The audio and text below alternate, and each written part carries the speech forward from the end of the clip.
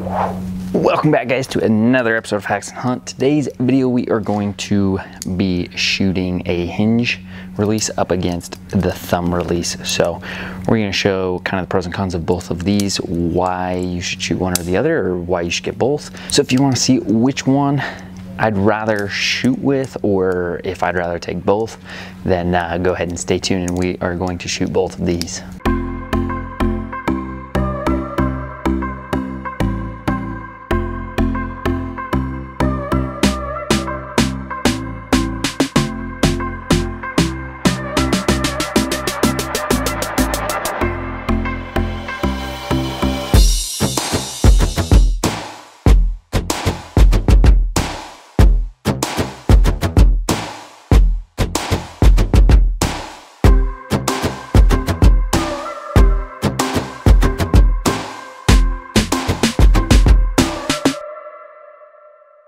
First one that we are going to shoot is going to be this Scott Archery backspin. This is the hinge release. So for those of you guys that don't know what a hinge release is, basically it's hooked on, and when it's at that angle right there, it's locked, but as you tilt that so it's on a hinge, it then releases. So it's a big just fluid motion of pulling back and letting that release. So right now we are going to shoot the RX4 Ultra with this. It's set up at 30 inches at 70 pounds. So the drawback with a hinge, you want to make sure that you are not coming too close to that hinge point where it releases. So what I like to do is I like to wrap my thumb around that little thumb post there. That way it really pulls that side so it doesn't hinge before I'm ready to shoot. So good fluid motion. So what I do is I've got my thumb on it when I pull back, and then I bring my thumb off when I'm ready to anchor, and then slowly, and it's got that little click that you guys heard right there. So let me click that again for you. So this one's got a click. So once it hits a certain point right there, then you know that all you have to do is move just a slight bit more and it shoots. So it's kind of a surprise shot every single time, which is nice if you have target panic. That is the whole reason why I ended up buying this hinge, is because I had terrible target panic, and this has really helped cure it. So that's been a big pro for me.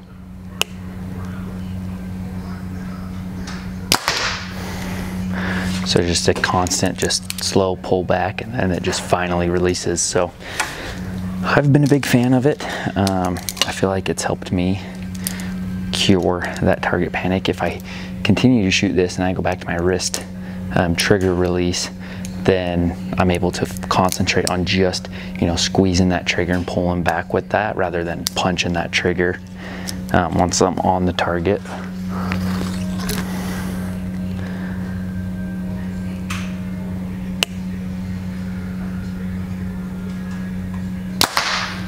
So the only thing you want to be really careful is if you draw back and you let down, I always will grab that thumb again, so that way it comes down at the correct angle, because if you're twisting that at all, it's going to release. And so my biggest thing is, best advice, I guess, what I did was you go just point blank to the target and do the first few shots before you get used to it, and then after that, obviously, then you shoot it more. So now let's shoot that thumb release and just kind of see how that one feels.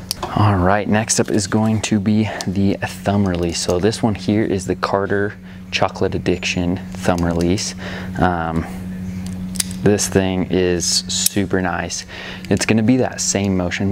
So your thumbs, when you pull back, you want your thumb off of that, because it's a hair trigger. So as you pull back and then get into your anchoring position, and then what I do is I bring this thumb around and I try to tuck it in there as far as I can, and I do the same motion as I do with the hinge. So then it just creeps up onto my thumb, and then it's able to click onto that. So another pro about this is, you know, if you're in a blind or tree stand hunting or whatever, you know, this can actually clip onto your D-loop. So that is kind of a pro. The Hinge is just a hook. I'll show you guys that up close. Let that focus. So the Hinge is just a hook, so you can't just hook that on there, it's gonna fall off.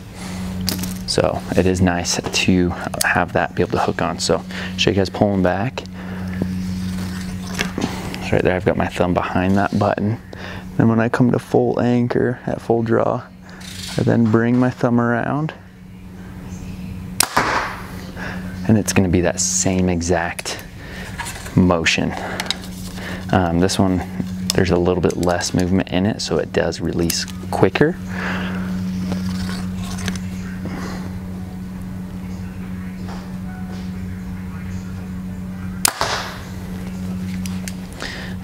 The nice thing too is you want to try to make it a surprise shot, obviously, because if it's not a surprise shot, then you're suffering a little bit of target panic.